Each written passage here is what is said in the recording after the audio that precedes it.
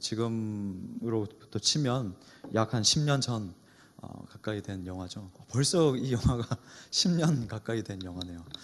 2010년에 개봉한 영화 중에 방가 방가라는 영화가 있습니다. 지금 생각하면은 다소 좀 촌스러운 그런 제목인데, 이 방가 방가라는 영화는 유명한 배우는 출연하지 않습니다. 유명한 배우는 출연하지 않지만 예상보다 투입됐던 출연진과 또 그 예산보다는 예산에 비해서 크게 좀 성공했던 그런 영화입니다. 이 영화 내용은 키 작고 못생기고 뭐 그런 스펙 하나 없는 그런 남자가 이제 취업 면접하러 가는데, 가는 곳마다 떨어지는 거예요. 가는 곳마다 이제 떨어지고, 또 취업이 혹 되어도 며칠 못 가서 쫓겨나고, 그런 내용으로 이 영화는 전개가 됩니다. 그래서 근데 이 주인공의 생김새가 한국인이라고 자기가 말을 하지 않으면 생김새가 동남아인과 흡사 똑같은 거예요. 그래서 이 고향 친구가 권유를 합니다. 너 한국인이라고 말을 하지 말고 동남아인으로 속여서 취업을 한번 해봐라. 그래서 이 사람이 이제 그 외국인 노동자 모습을 이렇게 해서, 자기는 어디 부탄이라는 나라에서 왔는데 거기 노동자라고 해서 취업이 단번에 되는, 그러면서 외국인 노동자들과 이제 지내면서 한국인 고용주들이 부당하게 외국인 노동자들을 대하고, 일은 많이 시키지만 월급은 적게 주는, 그런 내용이 이제 전개되는 영화입니다.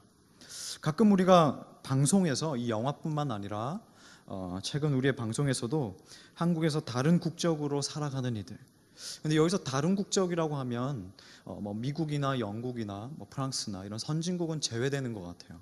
다른 국적이라 하면 다소 약소국이죠. 약한 나라의 시민들인데 어떤 대우를 받는지, 혹은 피부색이나 또 언어는 다르지만 이 한국에서 결혼해서 한국 국적으로 살아가는 이 사람들이 어떤 차별과 또 놀림을 받고 있는지, 그런 내용들을 방송에서 우리가 가끔 볼 수가 있습니다. 근데 이 일은 우리나라만 있었던 게 아닙니다. 과거 유럽과 그리고 미국에서 다른 국적으로 살아가는, 그리고 이 흑인에 대한 굉장한 심각한 오해가 있었습니다. 이 성경에 등장하는 노아의 자손 이야기를 통하여서 흑인을 노예를 삼는 것이 정당하게 되어서, 흑인은 당연히 저주받은 존재이기 때문에, 함의 자손이기 때문에 백인의 종이 되는 것은 전혀 문제가 되지 않는다라고 정치인들과 돈이 있는 그런 고용주들 뿐만 아니라 당시에 일부 신학자들조차도, 목사들조차도 이 백인이 흑인을 노예로 삼는 것을 정당화 시키기 위해서 정말 터무니없는 그런 내용들을 가르치기도 했습니다.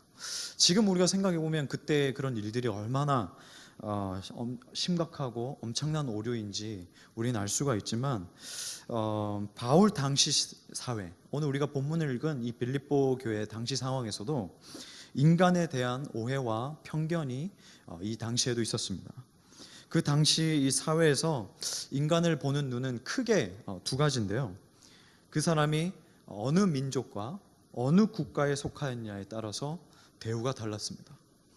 그 사람이 어느 나라 사람이냐에 따라서 그 사람의 삶의 질과 그리고 받는 대우가 굉장히 달랐다라는 것이죠. 그래서 이 유대인의 입장에서는 하나님의 선택을 받은 유대인과 그리고 하나님께 버림을 받은 이방인, 이 둘로 나뉩니다. 한번 제가 이스라엘 다녀와서 이스라엘에 대한 이야기를 했을 때 어떤 한 분이 저한테 물어봤던 것 같아요. 그럼 이스라엘에서 외국인으로 살아가는 그런 어떤 어려움이 있냐고. 근데 제가 그랬어요. 거기는 외국인이 아니라 선인과 그 선민과 그리고 이방인으로 나뉜다고.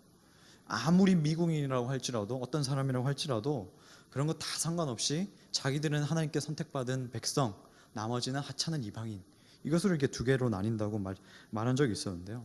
그리고 당시에 그리스 로마인의 입장에서 볼 때는 인간은 문명인과 야만인 두 부류로 나뉘었습니다.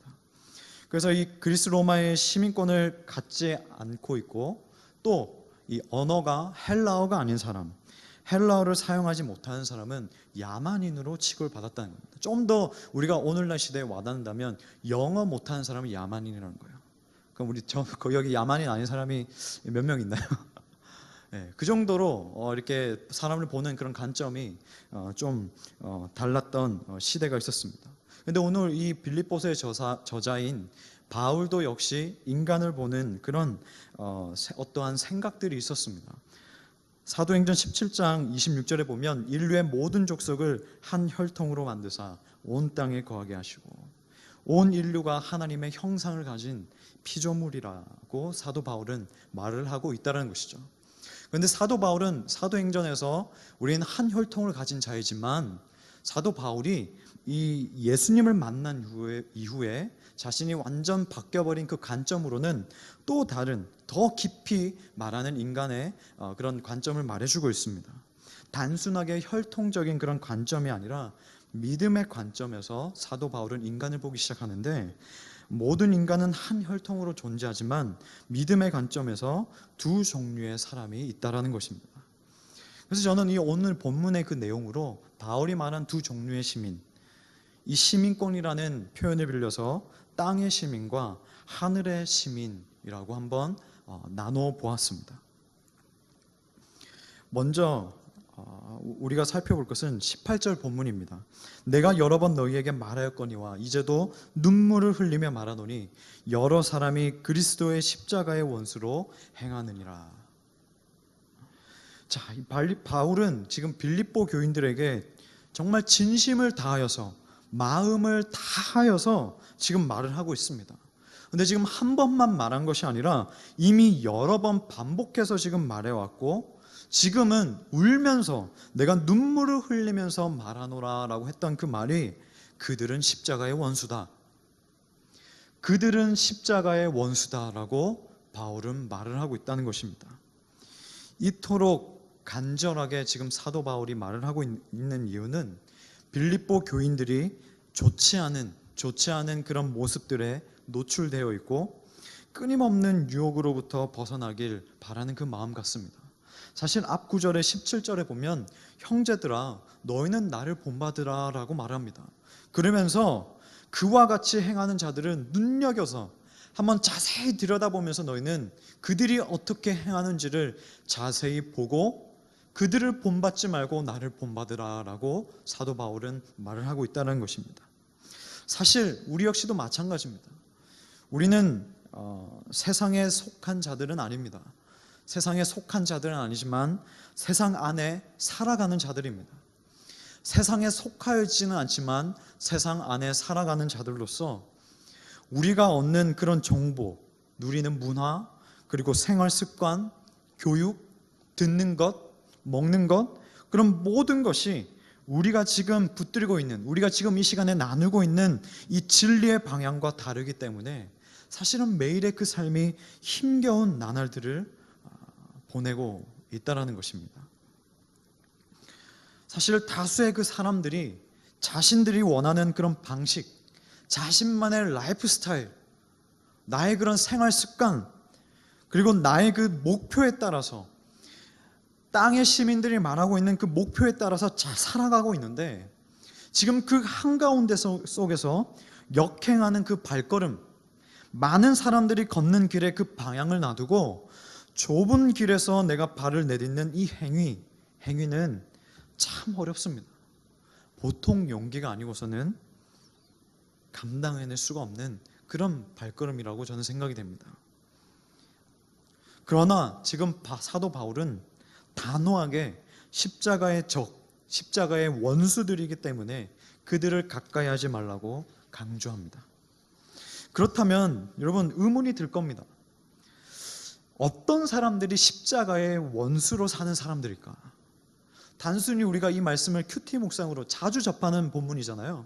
말씀을 볼 때에 당연히 십자가의 원수들은 이 지금 주일에 예배를 드리지 않는 사람들, 지금 저 밖에 있는 사람들, 금요일 밤이나 토요일 저녁에 완전 불태워가지고 일어날 수 없는 사람들, 그들이겠지.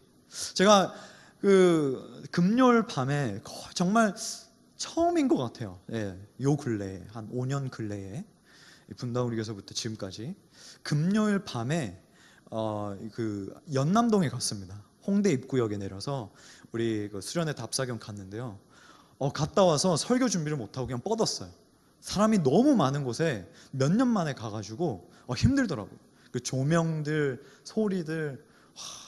근데 사실 좀 좋더라고요. 갔는데 우리 남자 셋이서 물론 갔지만 분위기 좋은 카페에서 물론 사역 이야기를 했지만 커피를 마시면서 좋더라고요. 그렇게 부담 없이 그 시간 동안에. 어쨌든 그런 거기에 있는 사람들을 가리켜는 아닐까 생각되는데, 여러분 19절 한번 봅시다. 19절에서 근거를 해서 보면 세 종류의 사람이 나옵니다. 자신의 배를 하나님으로 삼고 자신의 수치를 영광으로 삼고 땅의 것만 생각하는 사람들. 자신의 배를 하나님, 신으로 삼고 자신의 수치를 영광으로 삼고 땅의 것만 생각하는 사람.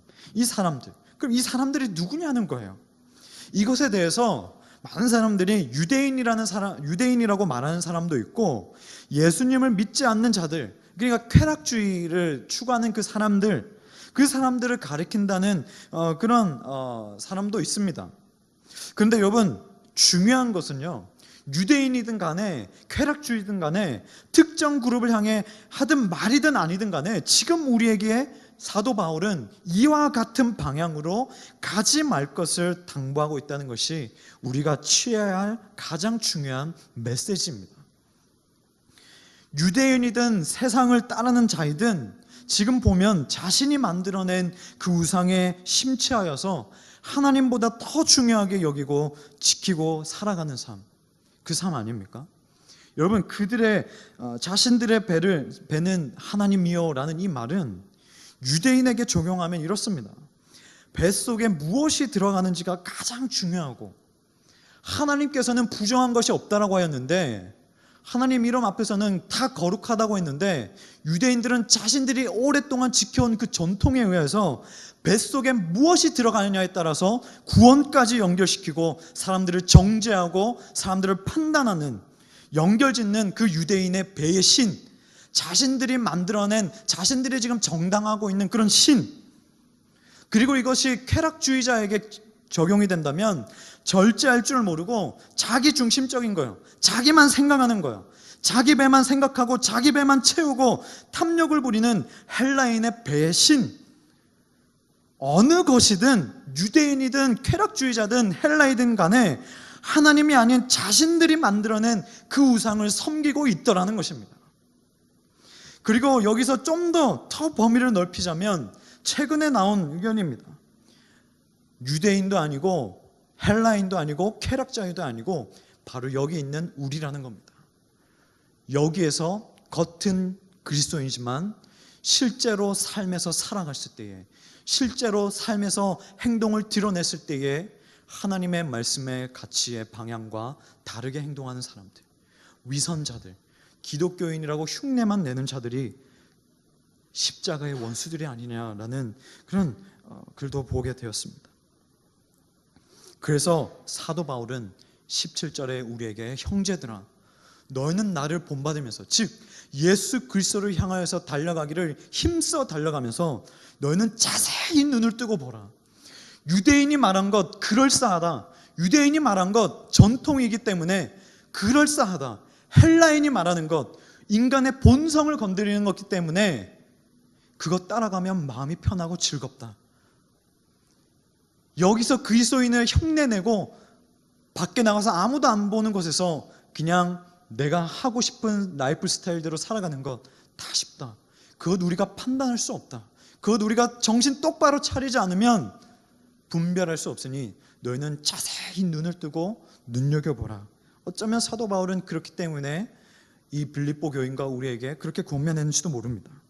그러나 이 성경은 그 사람의 마음의 방향과 끌림대로 살아가는 그 삶, 지금 당장 내가 취하고 누릴 수 있는 것이 무엇인지에 대해서 몰두하며 가는 그 발걸음의 끝은 멸망이라고 말합니다. 오늘 본문에 보면 멸망, 끝이라고 말합니다. 당장에는 그 발걸음이 어디를 향하여서 가는지, 어디의 끝을 향하여서 달려가는지 당장은 알 수 없지만 그들이 결국에 도착해서 보는 것은 멸망, 그리고 끝이라는 것입니다. 여러분, 그렇다면 열심히 지금까지 달려왔고 또 달려가고 있고 2019년 담임 목사님 말씀대로 벌써 20일이 지났습니다. 달려가고 있는데 여러분, 그렇다면 무엇을 위해서 가고 있습니까? 이것도 해왔고 저것도 해봤고 앞으로도 할 그 계획들이 무수히 많은데 무엇을 위한 것입니까? 여러분, 한번 이 질문을 한번 곰곰이 저도 그렇고 여러분도 그렇고 한번 생각해 보기 원합니다. 무엇을 위해서 달려가고 있는가? 무엇을 위한 것인가? 한번 이 사도 바울이 말하고 있는 땅의 시민의 모습을 묵상하면서 나를 한번 들여다보기를 원합니다. 그렇다면 이렇게 사도 바울은 땅의 시민에 대해서, 십자가의 원수들에 대해서 언급하고 있는데, 이제서 이 빌립보 교인들에게 반대로 하늘나라의 백성들에 대해서 말하고 있습니다. 이 하늘나라의 백성들의 삶, 사실 이 말씀을 준비하면서 제가 지난 2010년, 2011년, 2012년 이때에 제가 파트 전도사 시절에 설교했던 그 원고들을 한번 살펴보았습니다. 살펴보았는데 그 한 해에 설교를 한 20번 정도는 했더라고요. 이 부서 사역 말고요. 했는데 그 원고들의 대부분 다 보니까 본문이 바로 주님 다시 오심과 관련되어 있는 본문들이었습니다. 내가 이런 말을 했구나.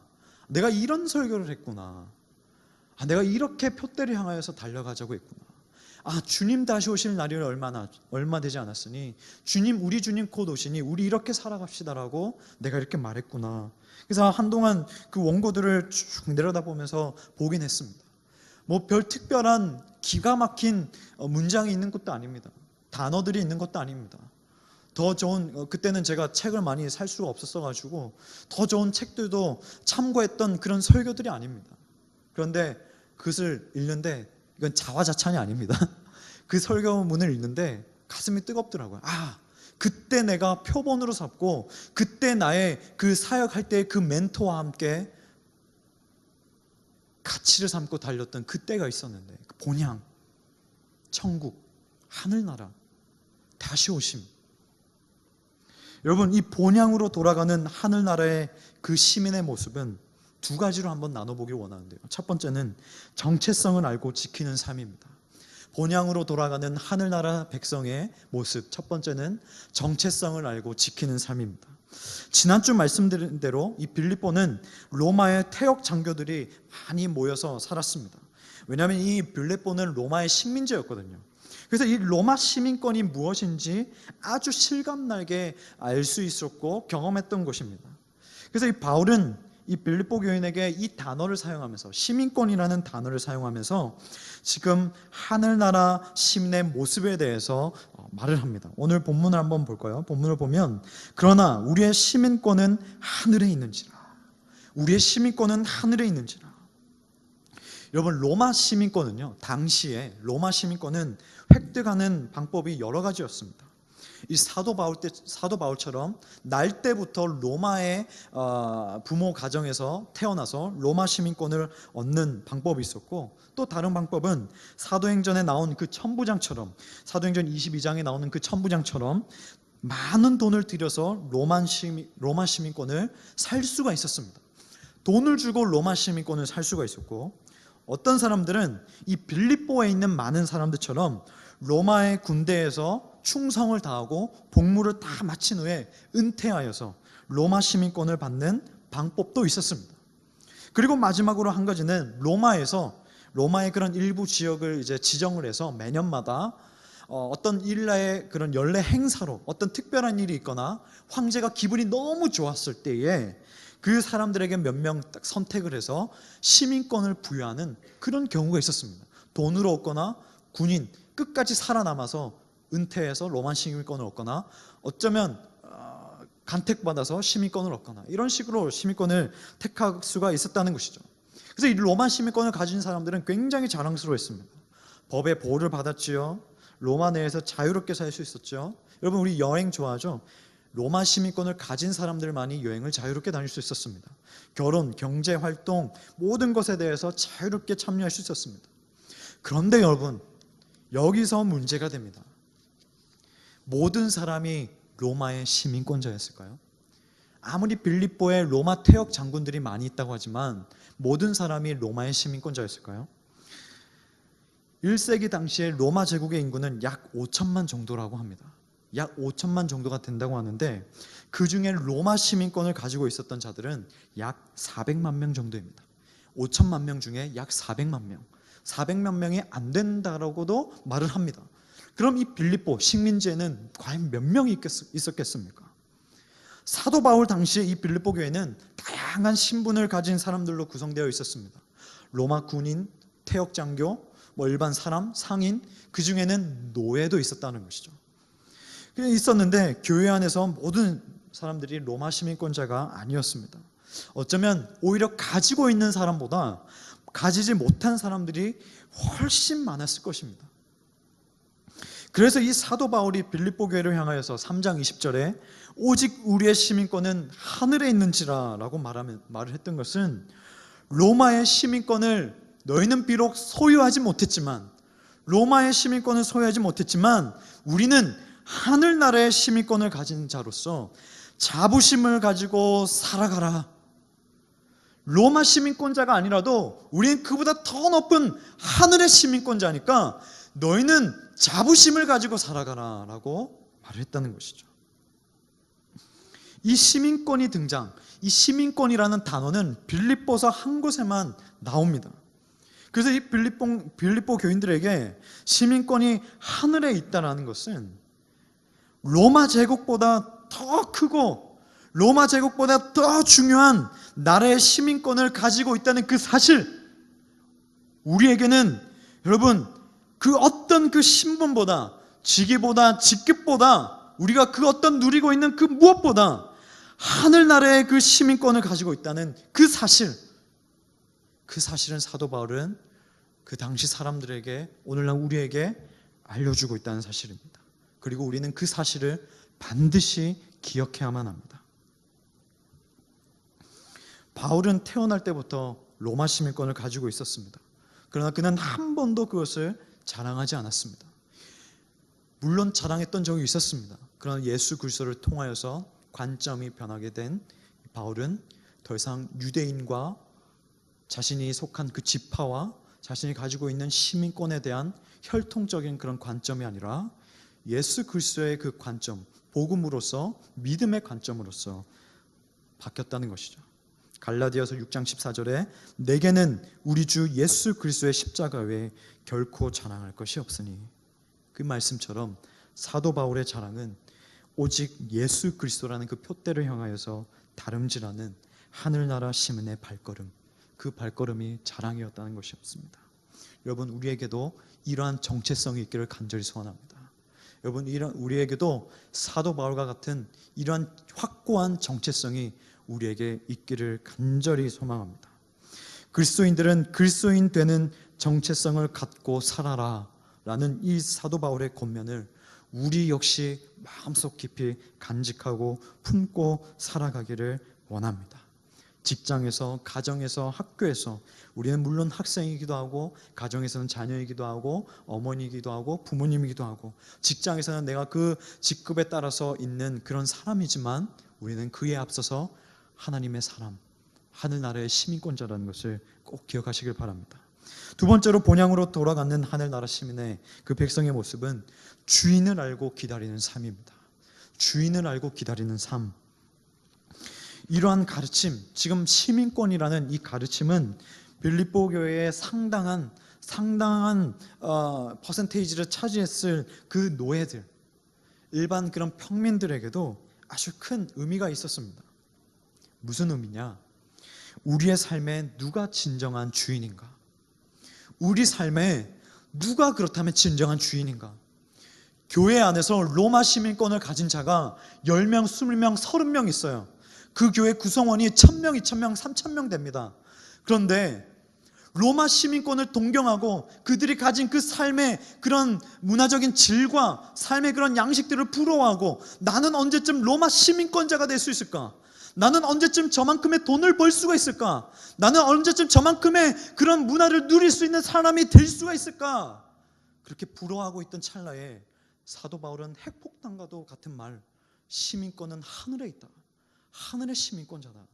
이 말은 노예들로 하여금, 시민권을 가지지 못한 자들로 하여금, 그렇다면 인생의 주인, 내 삶의 주인은 누구인가 다시금 질문하게끔 만들었다는 것입니다.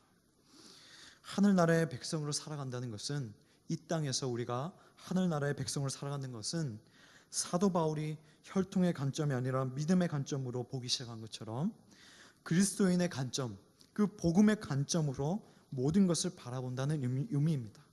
내가 경험하는 것, 그것이 기쁨이든 슬픔이든 웃음이든 눈물이든 고난이든 그 무엇이든 간에 우리가 복음으로 바라보고 복음으로 해석하고 복음으로 생각하고 풀어나가는 그 삶. 그래서 이번 수련회도 청년 도시를 생각하다, 청년 복음으로 도시를 생각하다, 그 주제를 잡게 되었습니다. 하지만 여러분, 정말 쉽지 않은 삶입니다. 로마 제국의 지금 식민지입니다. 로마 시민권을 가진 자들은 불만이 없습니다. 모두가 로마 황제를 떠받들고 모든 번영을 안겨다 주는 그런 존재는 로마 황제뿐이다라고 여기는 그 분위기 속에서 하나님을 주인으로 모시는 삶은 목숨을 걸어야 했을 것입니다. 아니, 실제로 목숨을 걸었습니다.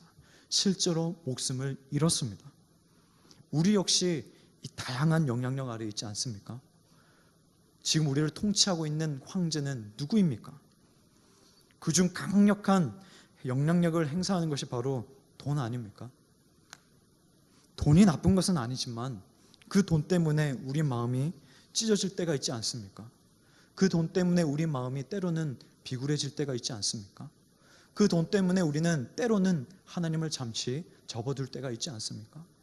그 돈 때문에 우리는 하나님을 뒤로하고 그것을 바라볼 때가 있지 않습니까? 저에게도 역시 동일하게 하는 말입니다. 저 포함 여기 있는 모든 분들이 풍요로울 때뿐만 아니라 궁핍할 때에도 먼저 그의 나라와 그의 의를 구하는 그 삶, 전적으로 그 삶을 살아낼 용기가 있는 사람,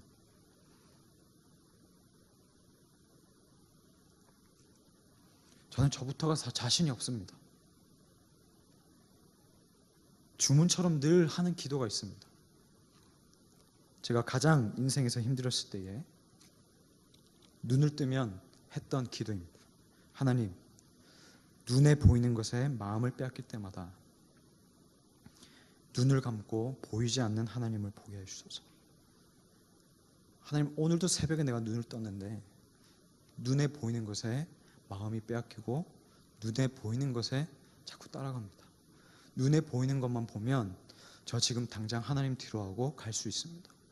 그럴 때마다 내가 눈을 감고 보이지 않는 그 하나님을 바라보게 하소서.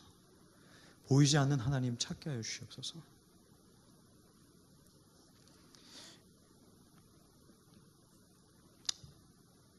오늘날 그리스도인 모두도 하늘나라의 백성으로서 먼저 하나님의 나라와 의를 구하는 것은 참 쉽지가 않습니다. 하지만 분명히 바울은 말합니다. 20절입니다. 거기로부터 구원하는 자 곧 주 예수 그리스도를 기다리노니. 여러분, 주, 구주이라는 이 표현은 로마 제국의 종교의식에서 로마 황제에 대한 칭호로 사용되었습니다. 즉 로마 황제 앞에서만 이 구주라는 단어를 사용할 수가 있었습니다. 그래서 이 로마인들은 로마 황제가 세상의 구주라고 찬양을 하였고, 로마 시민권이 모든 것을 다 보호해주고 모든 것을 다 해결해 줄 것이라고 말하는 이 세상 한가운데 속에서 사도 바울은 예수 그리스도만이 우리의 주인이시고 예수 그리스도만이 우리를 살려주실 구원자라는 것을 담대하게 선포합니다. 여러분, 하늘은 우리가 속한 그 나라입니다. 우리가 속한 그 나라로부터 오시는 우리의 왕이 우리를 구원하실 것입니다. 비록 이 땅에 살고 있어서 당장은 힘들지만 보이는 물질이 나의 목을 재어오고 결핍이 오면 당장 죽을 것 같은 그런 생각과 마음이 지금 나에게 들지만 장차 구원자가 오실 그때에는 이 모든 땅의 짐을 덜어내고 새로운 피조물이 되어서 왕의 영광에 함께 참여할 것입니다. 여러분, 우리의 고국, 우리의 본향, 우리 본향의 그 왕이 우리를 구하기 위해서 오고 계십니다. 여러분, 우리 함께 기다리지 않겠습니까? 여러분, 단 한 가지만 기다리실 때 기억하십시오. 제가 2000년대에 그토록 주님 다시 오시면 사모하며 달려갔을 때에 영향력을 줬던 그 멘토의 그 말, 저는 아직도 기억이 계속해서 납니다. 내일은 환난이지 평안이 아니다. 내일은 환난이지 평안이 아니다. 주님 다시 오시는 그 날이 하루하루 더 가까이 올수록 평안이 아니라 환난이다. 세상은 가면 갈수록 더 힘들고 어려워집니다. 그러나 이 힘든 기다림이지만 우리가 이 믿음의 눈으로 이해할 수 있는 이 기다림을 통하여서 믿음의 선진들이 얻었던 그 증거를 우리도 마침내 얻기를 간절히 소망합니다. 말씀을 마무리하겠습니다. 그러므로 사랑하고 사모하는 나의 성도님들, 그리고 나의 청년부 형제들, 나의 청년부 자매들이여, 주 안에서 굳게 서십시오. 우리는 하늘나라 백성입니다. 우리의 왕은 백성을 내버려 둘 분이 아닙니다. 모르고 있는 것도 아닙니다. 반드시 오십니다. 농부가 비를 기다리는 인내처럼 군인이 이미 적들에게 포위된 그 전쟁터에서 항복하지 않고 굳건히 지키고 있는 그 충성심처럼 경주자가 정해진 그 경주로를 이탈하지 않고 달려야 하듯이 우리 구주 예수 그리스도 안에서 다 함께 확고하게 세워지는 우리 영신교회 되기를, 그리고 우리 영신교회 청년부 되기를 간절히 소망하고 축복합니다. 우리 다 함께 말씀을 기억하면서 이 시간 찬양하겠습니다. 우리 잘 모르는 찬양이라도 가사를 한번 생각해 보면서 우리 다 함께 찬양하겠습니다. 나 지금은 비록 땅을 벗하며 설지라도 내 영혼 저 하늘을 디디며 사네. 내 주님 계신 눈물 없는 곳, 저 하늘에 숨겨둔 내 소망이 있네. 보고픈 얼굴들, 그리운 이름들 많이 생각나. 때론 가슴 터지도록 기다려지는 곳, 내 아버지 넓은 품 날 맞으시는 저 하늘에 쌓은 내 소망이 있네. 주님 그 나라에 이를 때까지 순례의 걸음 멈추지 않으며 어떤 시련이 와도 나 두렵지 않네. 주와 함께 걷는 이 길, 보고픈 얼굴들, 그 이름들 많이 생각나. 가슴 터지도록 내 아버지 넓은 품 맞으시는, 내 아버지 넓은 품 날 맞으시는 저 하늘에 쌓은 내 소망이 있네. 주님 그 나라에 이를 때까지 순례의 걸음 멈추지 않으며 어떤 시련이 와도 난 두렵지 않네. 주와 함께 걷는 이 길에 그 나라에 이를 때까지 순례의 걸음 멈추지 않으며 어떤 시련이 와도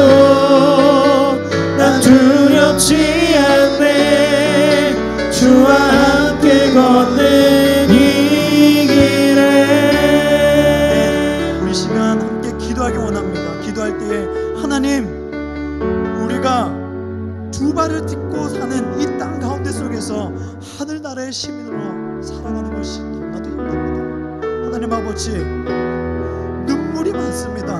어려운 마음이 많습니다. 때로는 눈에 보이는 것에 그냥 마음 편하게 그 길에 맡겨버리고 싶을 때가 많습니다. 그냥 마음 편하게 그것을 따라갈 때가 많습니다. 하나님 아버지, 그러나 주님, 우리